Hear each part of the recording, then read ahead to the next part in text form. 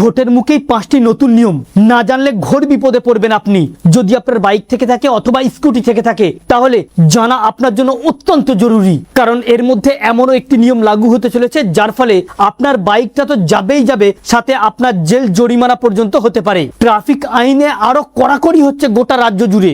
যদি আপনি আগামী দিনে বিপদে পড়তে না চেয়ে থাকেন তাহলে জেনে রাখা আপনার অত্যন্ত জরুরি, কারণ এমনও হতে পারে আপনি এই নিয়মগুলি জানলেন না, পরে ঘোর সমস্যার মধ্যে পড়তে পারেন বা ঘোর বিপদে পড়তে পারেন। এই ভোটের সময় আরো কড়াকড়ি হচ্ছে প্রশাসন।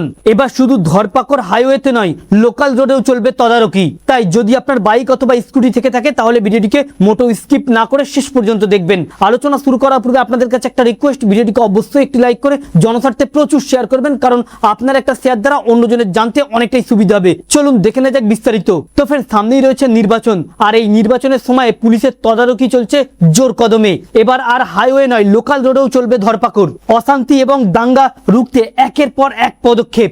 বেজে গিয়েছে ভোটের দামামা। সামনে আর কয়েকদিন বাকি নির্বাচন হতে, তার আগেই এবার কড়া হচ্ছে প্রশাসন, বিশেষ করে বাইক চালক এবং স্কুটি চালকদের জন্য।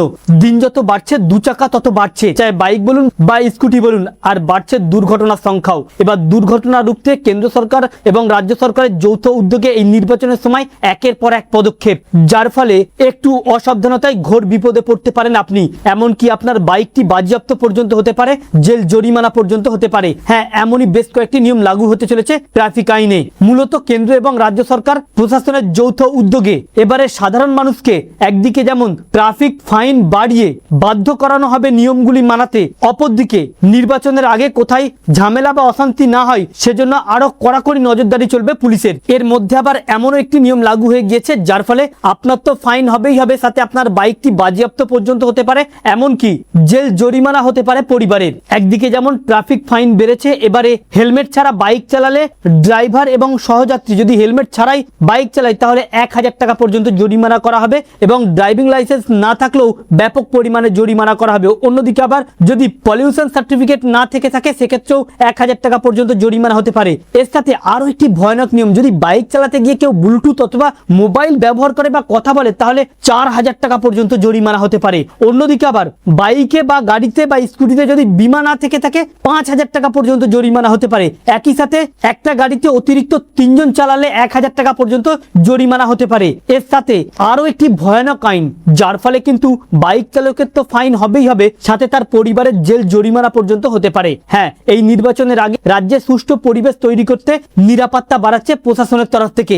এবারে যদি কোনো নাবালক বাইক চালায়, অর্থাৎ 18 বছরের নিচে যদি কেউ বাইক চালায়, আর এমত অবস্থায় সে হাইওয়ে বলুন অথবা লোকাল রোডে বলুন যদি পুলিশের নজরদারিতে আসে তাহলে তার গাড়ির রেজিস্ট্রেশন বাতিল পর্যন্ত হতে পারে, এমনকি গাড়িটি জমা নিয়ে নেওয়া হতে পারে। অন্যদিকে তার পরিবারের অভিভাবকের 25,000 টাকা পর্যন্ত জরিমানা অথবা জেল উভয় হতে পারে। তাই যদি আপনার বাড়িতে কোনো নাবালক থেকে থাকে আর সে যদি এই সময় বাইক নিয়ে ধরা পড়ে যায় তাহলে কিন্তু আগামী দিনে ঘোর বিপদে পড়তে পারেন আপনি।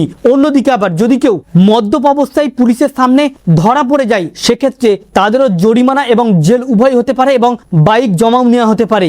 আর আপনি যে ভাবছেন এই নিয়মগুলি শুধুমাত্র হাইওয়ের জন্য, না, এমন বোকামি করবেন না, কারণ এবার থেকে পুলিশের নজরদারি চলবে লোকাল রাস্তাতেও। অর্থাৎ লোকাল রাস্তাতেও যদি কোনো নাবালক বাইক চালায় আর পুলিশের নজরদারিতে ধরা পড়ে যায় তাহলে কিন্তু ঘোর সমস্যায় পড়বেন আপনি।